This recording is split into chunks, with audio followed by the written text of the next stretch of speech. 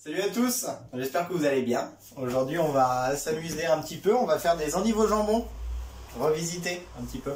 Endives au jambon c'est traditionnel, donc l'endive avec le jambon enroulé, de la crème, du fromage au four. Donc là on va reprendre les mêmes éléments mais on va les dissocier. On va rajouter de la pomme en plus.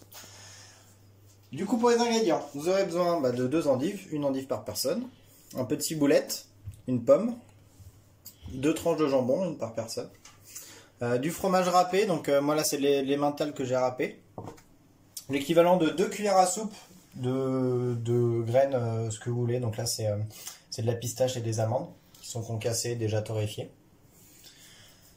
De la crème fraîche, un peu d'huile d'olive, du beurre, du sel, du poivre. Voilà, on va commencer tout de suite par mettre notre jambon sur une plaque au four et on va le mettre à 150 degrés.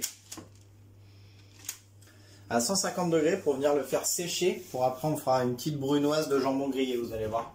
Donc là on est parti pour au minimum une demi-heure à 150 degrés. En attendant, on va faire une petite tuile de fromage, donc tuile d'emmental. Si vous n'avez pas d'emmental à la maison, vous prenez ce que vous voulez, mais du moment que c'est un fromage à pâte dure, cuite, c'est bon.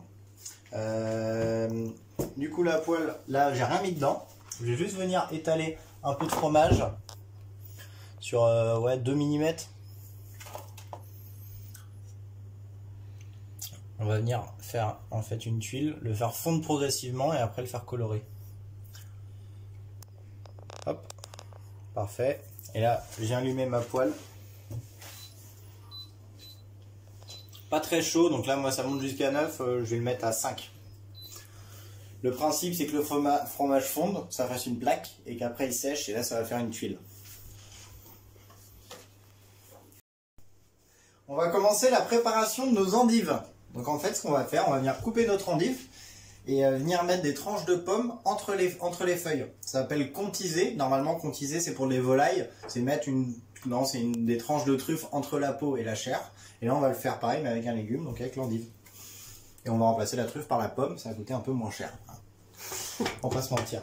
L'ustensile, on va utiliser une mandoline. Donc moi c'est une mandoline japonaise. Si vous avez une autre, une mandoline française à la maison, ça ira très bien, mais la japonaise a une meilleure découpe. Et si vous avez rien de tout ça, vous pouvez essayer au couteau. Mais en fait ce qu'il faut, c'est faire des tranches relativement fines.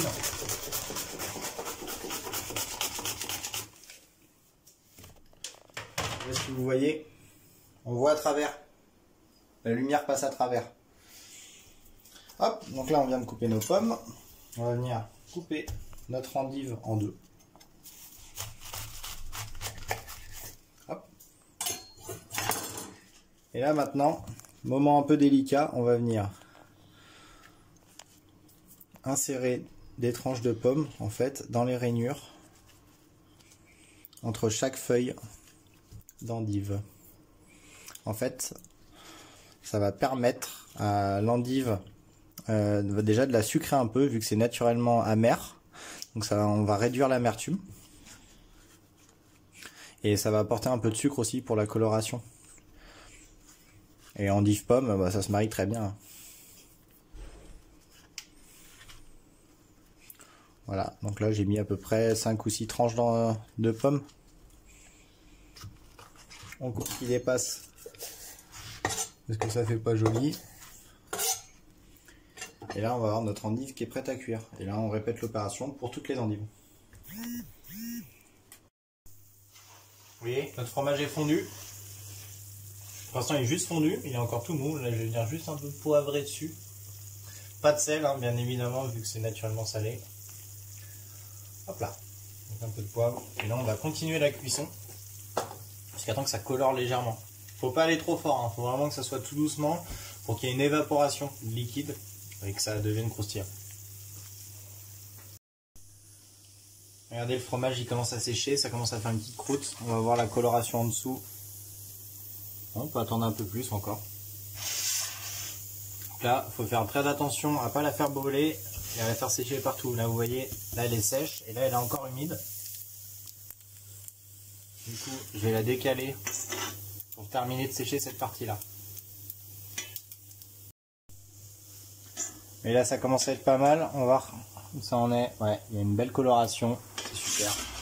Je vais venir la retourner sur un papier sulfu pour enlever l'excédent de gras.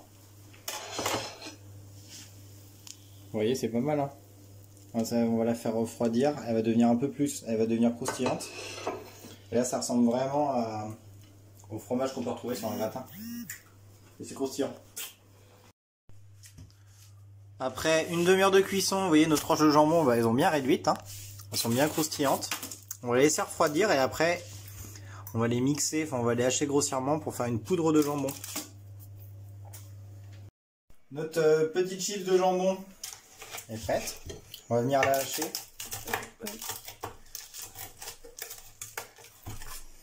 On va venir la concasser légèrement et après on va la hacher finement pour réaliser une petite poudre.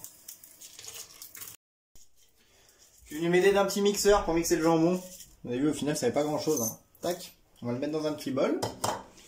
Notre ciboulette ciselée finement, donc il y a environ une demi-botte de ciboulette.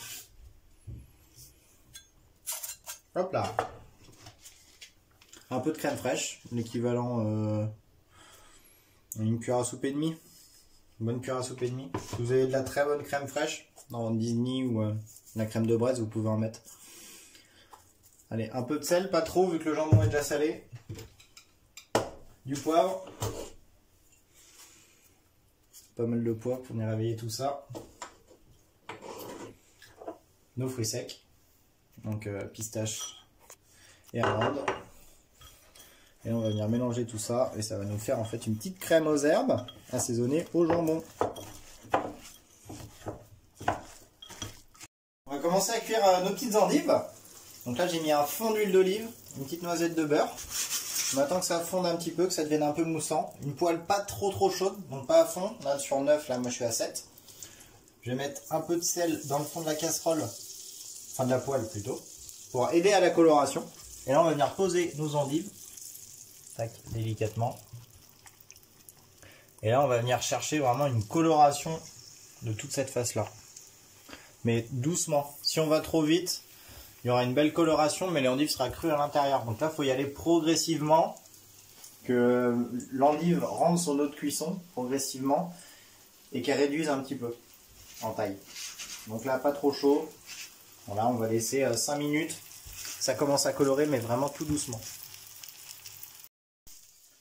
Du coup on a 5 bonnes minutes de cuisson là, on va voir, ça on est pas trop fort hein, le feu, voilà, nickel, ils sont bien colorés, bien appétissants. On va venir les retourner, les coller entre elles et continuer la cuisson de l'autre côté.